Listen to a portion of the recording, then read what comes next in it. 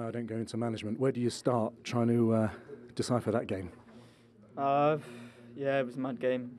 I think we need to look at the first 60 minutes and see what went wrong. But I think last 30, we were a completely different team. We dominated the ball, creating chances, and obviously we went 3-2 up. And then conceding late obviously feels like a loss for us. Yeah, I mean, there's a lot of positives to take. You got yourself back into the game, got yourself into the lead. On the other hand, you couldn't take it. And the VAR decision at the end, I mean, it's the gift that keeps on giving for us, VAR, isn't it? How did it feel there, being on the pitch waiting for that decision? I think obviously from my point of view, didn't see it, but I think every goal now is obviously taken to VAR, especially if you appeal it. Obviously, it was a big wait from where I was. Obviously, didn't know what happened. And what was the turning point really for the game to get? Because I have to say, Sheffield United were comfortable for long stretches, and suddenly the first goal goes in, and it seemed for me to change at that moment. It seemed to be a completely different United side. What do you make of it? I think we just obviously got in half time. We had a good team talk. I think we'd come out.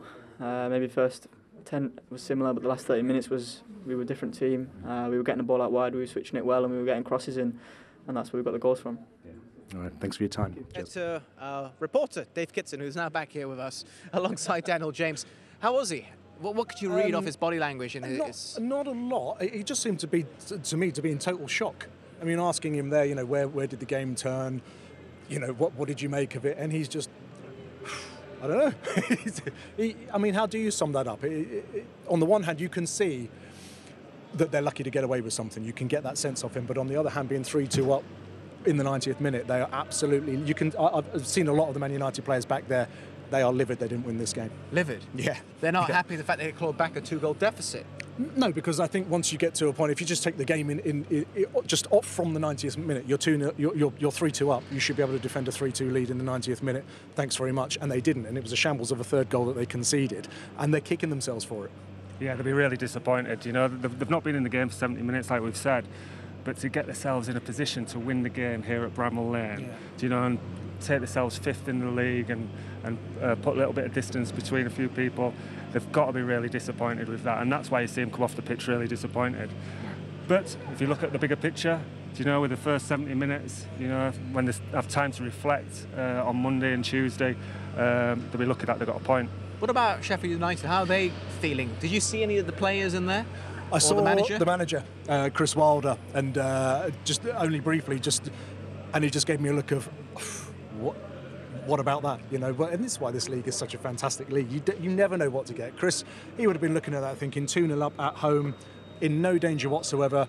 70 minutes he's looking at the headlines, Blades topple United, whatever, and with a minute to go he's staring down the barrel of a defeat. I think he had the look of a man that's thinking, OK, we'll take that one. We'll take a point against United. Yeah, we looked at it before the game of how to predict this game and which way it was going to go.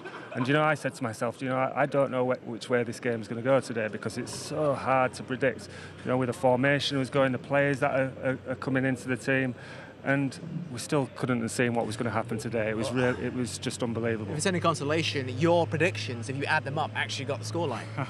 You said 1-1, you said 2-1. We said a score draw. A score draw, so you combine it and it becomes 3-3. But, I mean, they've become quite the envy of, I think, quite a few clubs within the Premier League because the winner today could have gone up to 5th position. Now, if you said that to any Sheffield United fan at the start of the season back in August, or even when they got promoted, I think they'd be chuffed heading into Christmas in 5th place potentially. Is everything as hunky-dory as it seems when we're watching the match?